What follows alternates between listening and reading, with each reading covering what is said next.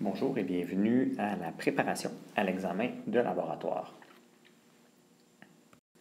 D'abord, des informations importantes par rapport aux propriétés des substances. Donc, nous avons vu que les acides ont un pH inférieur à 7.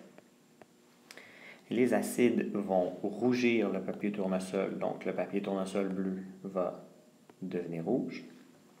Les acides, généralement, commencent par un hydrogène plus un ion non métallique. Et les acides réagissent aussi beaucoup avec les métaux. Cette dernière information est très importante.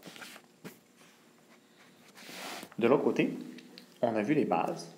Les bases ont un pH supérieur à 7. Les bases vont bleuir le papier rouge, donc le papier rouge va devenir bleu. Généralement, les bases, c'est un ion métallique plus le groupement OH.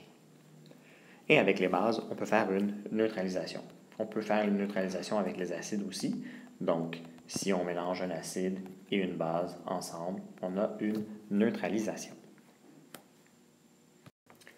Propriété des substances aussi par rapport au gaz. Donc, je vous rappelle que l'oxygène réagit positivement au tison. Donc, en présence d'un tison, la flamme se rallume. L'hydrogène réagit positivement à la flamme. Donc, en présence de la flamme, il y a une explosion. Alors que le CO2 réagit positivement à l'eau de chaux. Alors, l'eau de chaux va se troubler, va prendre un dépôt blanchâtre au fond de l'eau. Quelques éléments du protocole qui sont importants à retenir, quelques consignes. D'abord, n'oubliez pas de numéroter vos étapes. N'oubliez pas non plus d'utiliser des verbes à l'infinitif, donc en ER ou en IR ou en DRE, etc. N'oubliez pas surtout de noter vos observations. Donc, à chaque fois, vous devez noter une observation. Ça peut être un calcul ou une observation visuelle. Aussi, mettez seulement une étape par un verbe, désolé.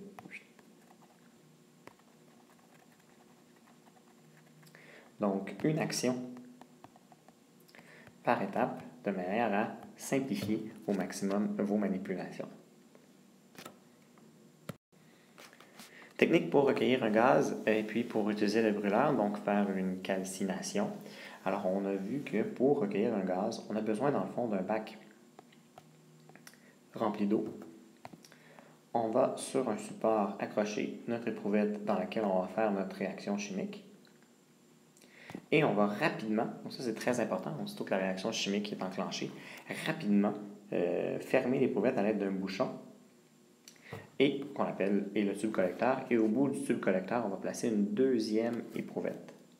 Il va y avoir une réaction chimique, le gaz sera produit, va couler le long du tube collecteur pour ensuite aller dans l'éprouvette. Donc on va se retrouver avec du gaz qui va remplir l'éprouvette. Dans les notes importantes, remarquez ici que j'ai incliné mon éprouvette vers le haut, de manière à ce que le gaz monte vers le haut. Et lorsque je vais retirer mon éprouvette de l'eau, je vais la retirer comme ça, à la verticale, donc pour que le gaz reste pris au fond de l'éprouvette. Et puis je vais rapidement venir mettre un bouchon pour enfermer le gaz en place. Il peut être pratique aussi de faire une agitation, donc d'agiter, pour activer la réaction chimique. Pour utiliser le brûleur pour faire une calcination, donc sur le support universel, on va placer la capsule de porcelaine. À l'intérieur, on va mettre notre substance à calciner. On connecte au câble de gaz notre brûleur. Et ensuite, on allume. On veut avoir une flamme bleue, donc un cône bleu le plus clair possible.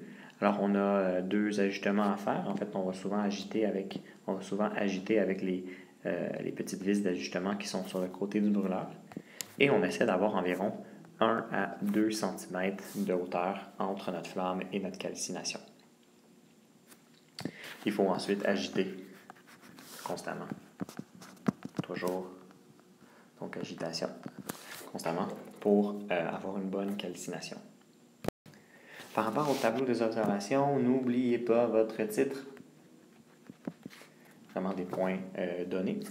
Et de façon générale, regardez ici, j'ai placé les objets. Donc, les différents objets que j'avais à mesurer, je les ai placés un au-dessus de l'autre, dans ce sens-là.